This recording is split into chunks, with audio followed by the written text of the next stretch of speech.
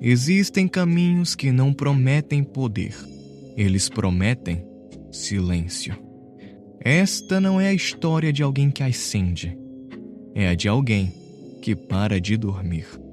Porque existem coisas que só aparecem quando o mundo fecha os olhos. E depois que você as vê, o descanso nunca mais é o mesmo. E meus manos, aqui é o GP. Bem-vindos ao Labirinto Secreto. Hoje nós vamos percorrer um dos caminhos mais silenciosos e eu diria, um dos melhores, de Lord of Mysteries. O caminho da escuridão, ou o caminho do sem sono. Essa não é uma rota de destruição, e muito menos um caminho de redenção. É a jornada de alguém que aprende pouco a pouco que existir também pode significar desaparecer. A escuridão neste caminho não é a ausência de luz, ela é a ausência de exposição. O mundo moderno funciona porque tudo é visível, rastreável, explicado, controlável. A escuridão rompe com isso. Ela protege, oculta, silencia, mas cobra um preço. Quem vive nela abandona o conforto de ser visto. Esse caminho não pergunta quem você é. Ele pergunta o quanto de você pode sumir sem que o mundo perceba. E tudo começa com algo simples, algo quase banal: ficar acordado. Se você quer que eu continue com esses vídeos filosóficos de Lord of Mysteries, já se inscreve no canal e deixa o like. Então, vem comigo.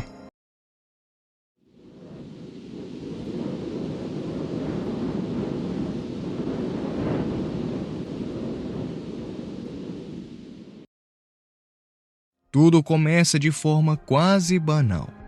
O sem sono. Ele simplesmente não dorme, não por medo, nem por inquietação. Ele permanece acordado, porque algo no mundo insiste em ser observado. A noite, antes sinônimo de repouso, se transforma em um campo de atenção. O escuro deixa de ser vazio e passa a ser camada.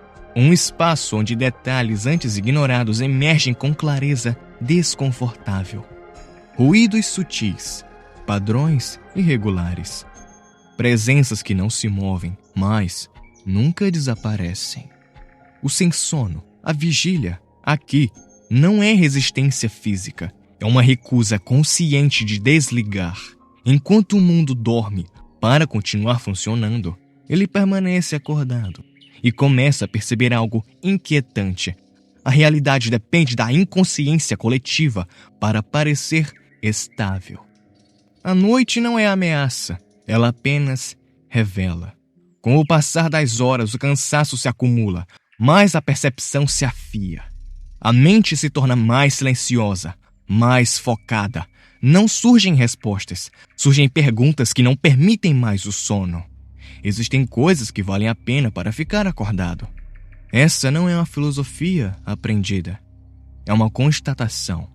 É nesse estado que ocorre o primeiro contato com a escuridão. Ela ainda não é poder, nem ocultação ativa. Ela permanece fora, espalhada pela noite. Mais um fragmento dela atravessa a fronteira e se instala no observador. Não como invasão, mas como hábito. Ele aprende a existir sem dormir. E ao permanecer desperto por tempo demais, a mente busca um meio de suportar o peso da noite. A percepção pura já não basta, o silêncio começa a exigir forma. E é assim que a vigília deixa de ser apenas atenção e passa a querer expressão. A escuridão que antes apenas observava começa a falar. A vigília prolongada cobra seu preço. A mente exposta por tempo demais ao silêncio da noite começa a procurar uma forma de não se despedaçar. A atenção pura já não é suficiente. Aquilo que foi observado precisa encontrar um meio de existir dentro dele. E esse meio não é razão, é a emoção. E assim nasce o poeta da meia-noite. O poeta da meia-noite não tenta corrigir o que sente. Ele abandona o impulso de resolver, explicar ou afastar. Emoções profundas deixam de ser tratadas como falhas e passam a ser acolhidas como sinais de sintonia. A melancolia não é combatida, ela se torna frequência. A noite, antes apenas percebida, começa a ressoar. Palavras surgem, mas não para informar. Surgem para vibrar no mesmo tom do escuro. Frases incompletas, imagens vagas, metáforas que não fecham sentido. Não há compromisso com clareza, há compromisso com verdade emocional. Aqui, expressar não é comunicar, é alinhar o interior com a noite. O poeta não escreve para ser entendido. Ele escreve porque o silêncio começa a perder forma. Cada palavra é uma tentativa de manter a coesão interna diante de um mundo que, à noite, se revela emocionalmente denso demais para ser ignorado. Nem tudo precisa ser resolvido. Algumas coisas só precisam ser sentidas. Nesse estágio, a escuridão deixa de ser apenas observada. Ela começa a falar através do observador, do sujeito. Não com voz, mas com tom, com peso, com ausência de conclusão. E aos poucos, algo muda. Ao permitir que emoções não resolvidas existam, o poeta começa a perceber que nem todas pertencem apenas a ele. Algumas parecem antigas demais, profundas demais, como se viessem de um lugar onde a consciência não alcança. A escuridão não está mais só fora, ela ecoa por dentro. E quando emoções profundas deixam de ser evitadas, a mente naturalmente afunda mais fundo. A linguagem não basta para conter tudo o que emerge, porque abaixo das palavras existem sonhos, a mente, a consciência. Mas nem todos os sonhos permanecem passivos. As palavras deixam de ser suficientes. O que a noite desperta não cabe mais na linguagem nem na emoção consciente.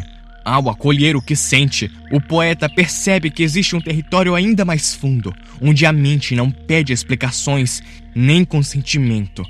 É ali que os sonhos começam, ou eu diria, pesadelos. No início, ele apenas observa, caminha pelas paisagens oníricas como um espectador silencioso, reconhecendo símbolos que não escolheu e medos que não lembrava de possuir. O sonho não esconde, ele expõe, distorce, exagera, não para confundir, mas para revelar. Com o tempo, a passividade se rompe e assim nasce o pesadelo. O Beyonder deixa de apenas observar a mente, ele passa a caminhar pelos sonhos, não como um intruso, mas como alguém que reconhece aquele espaço como legítimo. O medo não é mais evitado, ele é explorado, tocado, analisado em sua forma mais crua. Aqui, o pesadelo não é punição, é ferramenta. Cada terror vivido no sonho revela uma verdade que a vigília jamais permitiria. A escuridão se infiltra no subconsciente, dissolve defesas, remove máscaras. O que emerge não é loucura, mas honestidade psíquica. O inconsciente não mente, ele apenas não pede permissão. Nesse estágio, a escuridão cruza um limite importante. Ela não atua mais apenas no observador. Ela começa a invadir o território interno dos outros. Sonhos alheios tornam-se acessíveis. Medos que não são seus passam a ser visíveis. E com isso surge uma nova responsabilidade. Explorar demais pode destruir. Ignorar pode deixar marcas profundas. Ao caminhar repetidamente pelos sonhos, ou melhor, pesadelos, o Beyonder aprende algo essencial. O caos emocional precisa de contenção. Sem controle, o medo transborda. E é assim que nasce a necessidade de silenciar, acalmar ou suprimir. Depois de caminhar por pesadelos demais, o Beyonder entende que nem tudo pode permanecer aberto. O inconsciente, quando exposto sem contenção, não ilumina. Ele afoga. Medos explorados em excesso deixam de ensinar e passam a corroer. É nesse ponto que surge uma nova necessidade: silêncio. O assegurador da alma não elimina emoções, ele aprende a regulá-las. Emoções podem ser acalmadas, suprimidas ou amplificadas conforme a necessidade. Não por negação, mas por controle consciente. O caos interno deixa de ser soberano. A mente, antes tomada por ecos da noite, começa a se organizar. O ruído diminui, pensamentos se alinham. O interior se transforma em um quarto escuro, limpo e funcional. Um espaço onde nada chama atenção, sem permissão. Aqui, a paz não é alegria, ela é estabilidade. Paz não é felicidade, é ausência de turbulência. Esse estágio marca uma transição decisiva. A escuridão deixa de ser apenas perceptiva ou emocional. Ela se torna psicológica. Um estado interno permanente, capaz de conter o impacto do que vem de fora. O Beyonder não reage mais impulsivamente aos estímulos da noite. Ele os recebe, filtra e decide. A escuridão agora não invade, ela estrutura. Mas toda contenção prolongada gera pressão. Silenciar demais cria espaço, e espaço inevitavelmente começa a ser ocupado. Ao organizar o interior, o Beyonder percebe que a mente não está vazia. Há presenças que buscam repouso, ecos que não se dissipam, consciências que precisam de abrigo. E é assim que o silêncio deixa de ser apenas contenção e passa a se tornar hospedagem. O silêncio prolongado nunca permanece vazio. Ao transformar a mente em um espaço estável e organizado, o Beyonder percebe que há algo mais tentando se acomodar. Ecos que não se dissipam, presenças que não exigem atenção, apenas repouso. E assim ele se torna uma espécie de bruxa espiritual. O bruxo espiritual não expulsa essas presenças. Ele as acolhe. Espíritos encontram abrigo dentro dele, não como ferramentas, mas como hóspedes. O corpo deixa de ser apenas matéria e passa a funcionar como um santuário, um espaço delimitado onde a noite pode existir sem se espalhar de forma descontrolada. Aqui, a escuridão atravessa um novo limiar. Ela deixa de ser apenas estado interno ou influência psicológica. Ela passa a habitar fisicamente. Aquilo que encontra abrigo em você passa a fazer parte de você. Esse estágio exige cuidado absoluto. O acolhimento sem preparo leva à dissolução do eu. Por isso, o ritual não é um detalhe técnico. Ele é um limite simbólico, um acordo silencioso entre o hospedeiro e aquilo que foi aceito. O ritual não serve para amplificar poder, serve para impedir que o poder devore o abrigo. Sem ele, a hospedagem se transforma em possessão. O corpo deixa de ser um santuário e vira um campo de disputa. O bruxo espiritual entende, então, que acolher também é impor fronteiras, mas toda fronteira cria um dentro e, inevitavelmente, um fora.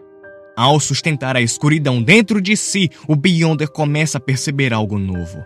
Nem tudo precisa ser acolhido. Algumas coisas precisam apenas ser mantidas à distância. E é assim que a noite deixa de ser abrigo e passa a se tornar ocultação ativa. Ao aprender a abrigar a escuridão, o Beyonder entende que nem tudo deve ser tocado. Algumas coisas precisam ser retiradas da luz. O observador noturno não age de forma direta, ele cria zonas de escuridão. Espaços onde a exposição é suspensa, onde a atenção não alcança. Não se trata de esconder por covardia, mas de proteger através do invisível. Aqui, a escuridão deixa de ser apenas presença ou abrigo. Ela se torna território. Ver sem intervir passa a ser uma escolha consciente. O observador percebe que toda ação gera consequências e que, muitas vezes, o maior dano vem da tentativa de corrigir. Ao ocultar, ele preserva. Ao não interferir, ele mantém equilíbrio. Nem toda proteção se faz com ação. Algumas se fazem com ocultação. Nesse estágio, o mundo começa a se reorganizar ao redor das áreas que não podem mais ser vistas. O que está fora da luz escapa de julgamentos, de expectativas, de conflitos desnecessários. A escuridão se torna um espaço de suspensão, nem negação, nem enfrentamento. Mas observar demais também cobra seu preço. Ver sem intervir cria distância, e a distância, inevitavelmente, revela verdades incômodas.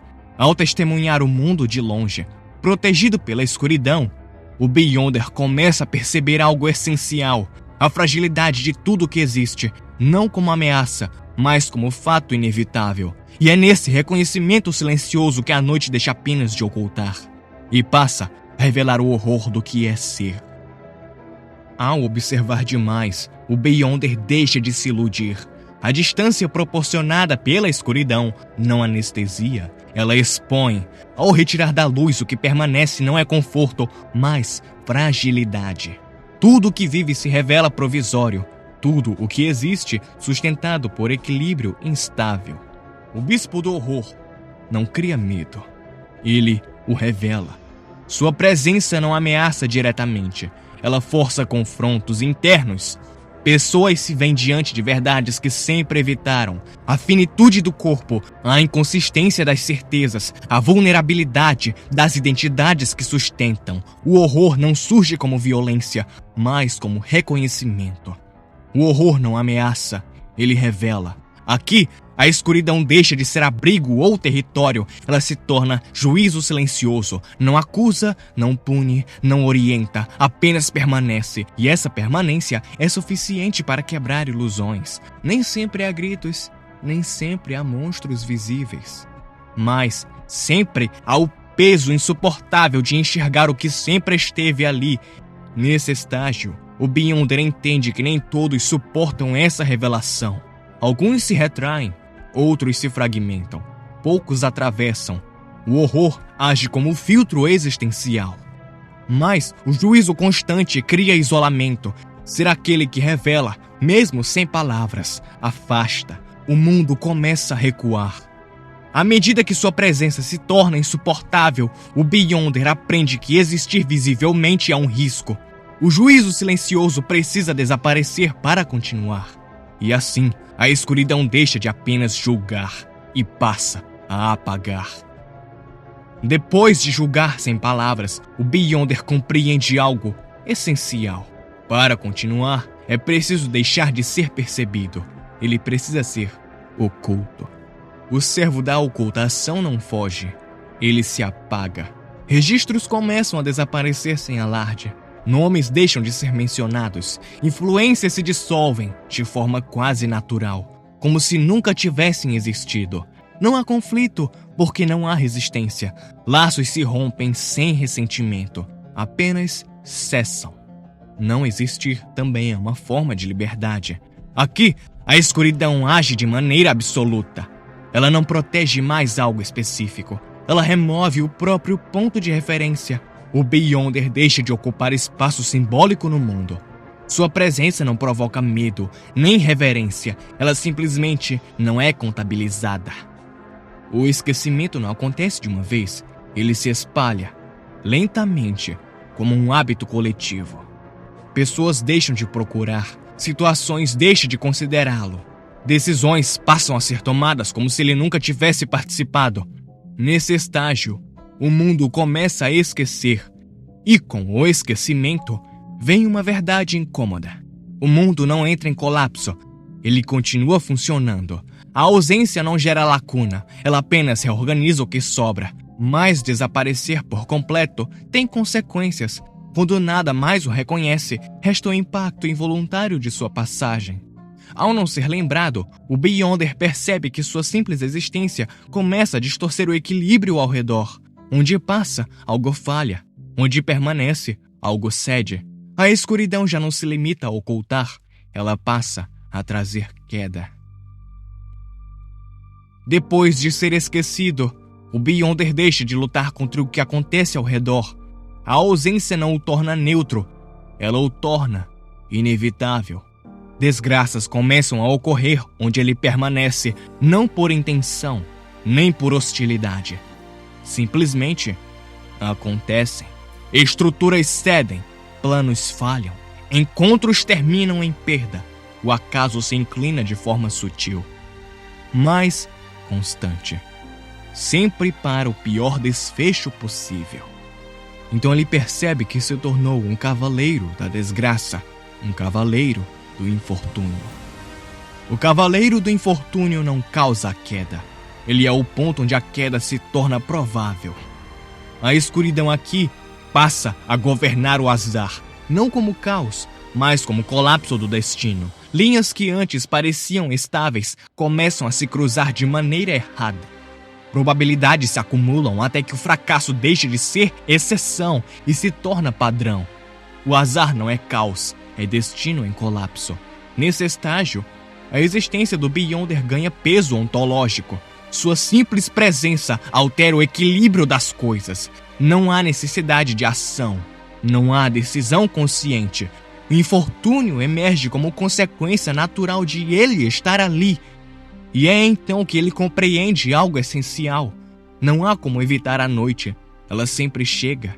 Ao tentar desaparecer, ao tentar se ocultar, ao tentar apenas observar, ele percebe que já se tornou aquilo que estava destinado a ser, não como punição, não como escolha, mas como convergência. A escuridão não nasce agora. Ela sempre existiu. O que acontece aqui é diferente. Ele passa a coincidir com ela. A noite não o segue. Ela o reconhece. Se a escuridão é inevitável, então não há mais motivo para resistir a ela. Quando a presença já é a própria queda, não resta mais atuação possível. Não há papel a cumprir. Não há equilíbrio a preservar. Resta apenas o último passo. Deixar de existir como indivíduo e tornar-se o próprio conceito. Não há mais progressão possível. Tudo que podia ser observado já foi visto. Tudo que podia ser silenciado já foi contido. Tudo que podia ser ocultado já foi retirado da luz. Aqui não existe mais atuação. Não existe método. Não existe ritual. Porque não há mais um alguém para executar qualquer coisa. A identidade, que aos poucos foi se desfazendo ao longo do caminho, deixa de fazer sentido. Não por destruição, mas por irrelevância. Não há mais uma fronteira clara entre o observador e aquilo que é observado. A escuridão não esconde algo. Ela é o esconderijo final. Nada precisa ser protegido, porque nada está exposto. Não há alvo, não há risco, não há conflito. Onde não há visibilidade, não há ferida possível. A existência deixa de ser vulnerável, porque deixa de ser acessível. Quando nada mais pode ser visto, nada mais pode ser ferido. Este não é o ápice do poder, é o fim da exposição. A noite não chega como catástrofe. Ela se instala como estado permanente. O mundo continua. A luz ainda existe para aqueles que precisam dela. Histórias seguem sendo contadas. Escolhas seguem sendo feitas. Destinos seguem se cruzando. Mas tudo isso acontece do lado de fora. A escuridão não intervém, não julga. Ela simplesmente permanece. E ao permanecer encerra o caminho. Não como final, mas como um silêncio transitório e absoluto. O caminho da escuridão não ensina como dominar o mundo. Ele ensina como sair dele. Não pela morte, mas pela retirada gradual da presença. Talvez o maior terror desse caminho não seja o horror, mas a constatação de que o mundo continua funcionando, mesmo quando você deixa de existir nele. Nada desmorona, nada para, nada sente falta. E talvez seja justamente isso que o torna tão perturbador. Porque no fim, a escuridão não ameaça, ela não destrói, ela não pune, ela apenas revela uma verdade silenciosa. Você nunca foi tão necessário quanto imaginava. E talvez essa seja a forma mais pura de silêncio. E é aqui que a jornada termina. Do primeiro momento de vigília até o apagamento absoluto da exposição, o caminho da escuridão não fala sobre poder, nem sobre transcendência no sentido tradicional. Ela fala sobre algo muito mais desconfortável, a possibilidade de existir sem ser necessário. Se esse vídeo fez você refletir, questionar, ou até se sentir levemente deslocado, então o caminho cumpriu seu papel. A escuridão não busca convencer, ela apenas permanece e deixa que cada um lide com o que enxergou. Se você quiser que eu continue explorando esses caminhos, deixe seu comentário. A leitura que você fez dessa jornada pode ser completamente diferente da minha. E é exatamente isso que torna esse tipo de análise interessante. Se inscreva no canal para não se perder no labirinto. E se quiser apoiar esse tipo de conteúdo, deixe o like. O like ajuda mais do que parece. Eu sou o Gepei e até uma próxima vez.